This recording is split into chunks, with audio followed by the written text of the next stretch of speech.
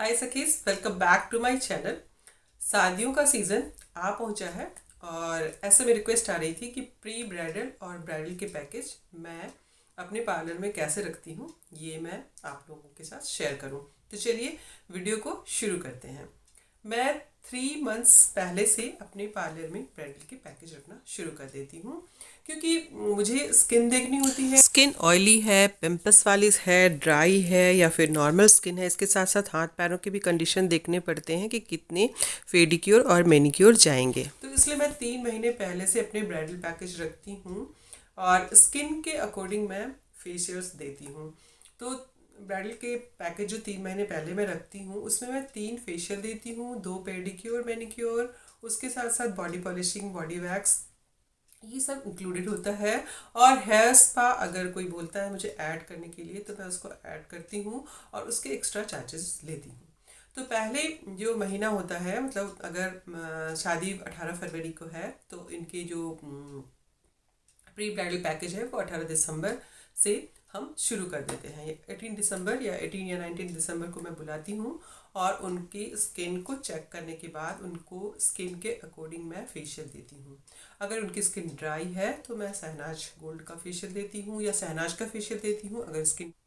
अगर स्किन में टैनिंग हो रखी हो धूप से तो मैं D10 भी देना शुरू कर देती हूँ फर्स्ट सेटिंग में ही।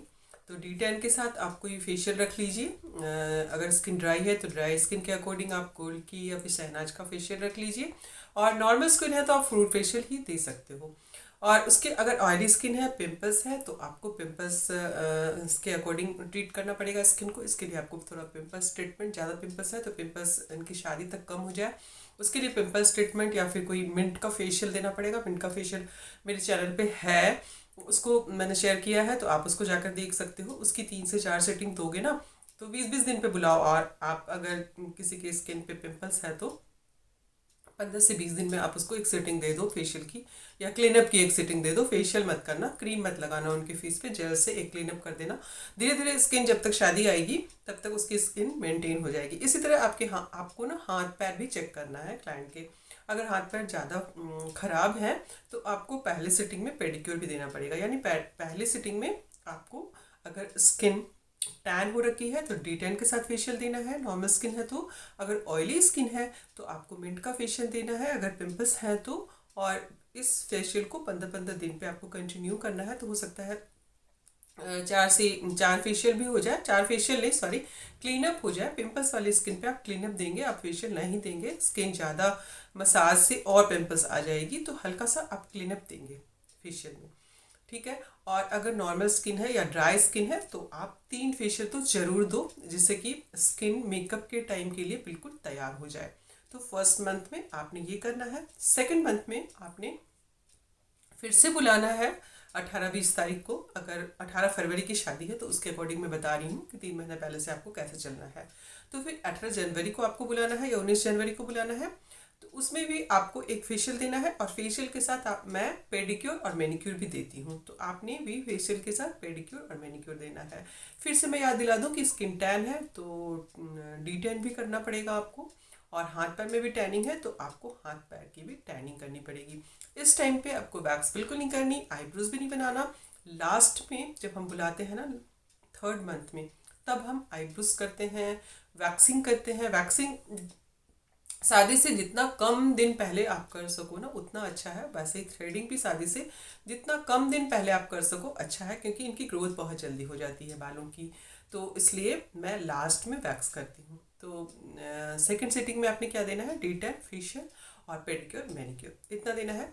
और फिर जब शादी का महीना आ जाता है यानी कि 18 फरवरी आ जाती है तो उस समय मैं 2 बार बुलाती हूँ। फिर जब लास्ट में हम बुलाते हैं, जब लास्ट महीना जब होता है यानी कि जो महीना शादी का है उस महीने में 18 तारीख की मान लो शादी है, फेब में मान लो 18 तारीख की शादी है तो उसके 3 दिन पहले हमने क्लाइंट को बुलाना है। और 2 दिन मैं लगातार बुलाती हूँ। एक दिन में क्लाइंट बहुत परेशान हो जाता है तो 2 दिन मैं बुलाती हूँ। पहले दिन मैं उनको फेशियल देती हूँ, पेडिक्योर मैनिक्योर भी दे देती हूँ। इसके साथ साथ जो लास्ट फेशियल हम देते हैं उसमें हम ब्लीच ऐड करते हैं, D10 नहीं। D10 पहले आपने जितना करना है कर लो, लास्ट में आपको ब्लीच ऐड करना है। ब्लीच से एक नेचुरल सा ग्लो हो जाएगा, स्किन के जो हेयर्स हैं वो बिल्कुल नीट एंड क्लीन हो जाएंगे अगर बालों में चेहरे पे ज़्यादा बाल हैं तो आप ब्लीच ना कर करके उसकी बाल फेस की भी वैक्सिंग कर सकते हो। बट इसमें थोड़ा सा रिस्क है, हो सकता है कि दाने निकल आए, तो लास्ट में आप ऐसा रिस्क मत लेना, पहले ट्राई कर लेना कि दाने वगैरह तो नहीं आते हैं, तब आप वैक्सिंग कर सकते हो, वरना आप ब्लीच करके भी काम चला सकते हो। तो ब्लीच करने के बाद आपने फेशियल करना है। फेशियल भी स्किन के अकॉर्डिंग होना चाहिए। लास्ट वाला फेशियल अगर क्लाइंट अगर अच्छा पे कर रहा है तो आप उसको O3 फेशियल दे सकते हो। O3 का जो ये वाला किट है वो 700 750 रुपये का आता है, तो आप उसी के हिसाब से चार्ज कर सकते हो। ब्लीच भी O3 का ही कर सकते हो, और नहीं तो क्लाइंट ने अगर आपको कम पे किया है, यहाँ मैं बताऊंगी कि कितने में कितना लोगे आप चार्जेस। तो अगर क्लाइंट ने कम पे किया है तो आप उसके अकॉर्डिंग आप कोई भी अच्छा सा गोल्ड फेशियल, डायमंड फेशियल या फिर प्लैटिनम फेशियल दे सकते हो।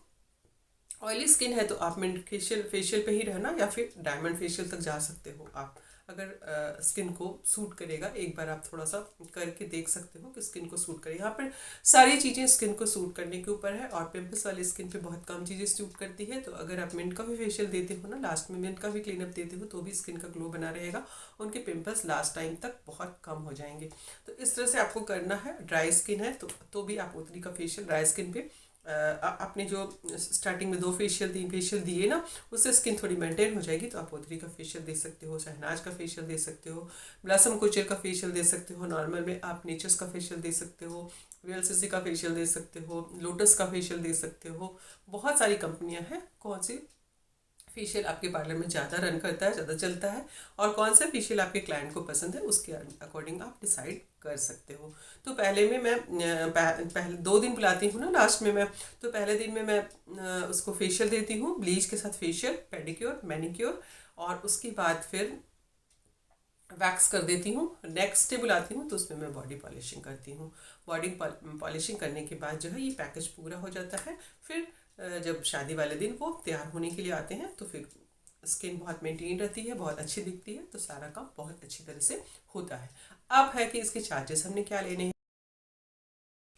फिर आप पूछोगे कि इसके चार्जेस क्या रखते हैं, तो चलिए मैं आपको बताती हूँ। एक नॉर्मल चार्जेस जो होता है नॉर्मल जगह पे आपको 8,500 से स्टार्ट हो जाता है। उसमें आपने 2 या 3 फेशियल देना होता है, बॉडी पॉलिशिंग, बॉडी वैक्स और मैनिक्योर पेडिक्योर इंक्लूडेड होता है। तो 8,500 से स्टार्ट कर सकते हो आपने अभी अभी पार्लर खोला है, ज़्यादा क्लाइंट नहीं है तो आप कम भी ले सकते हो, और 8,500 में मेकअप भी आ जाता है। और अगर आपने D10 वगैरह की है तो फिर आप 12 से 15,000 कर सकते हो।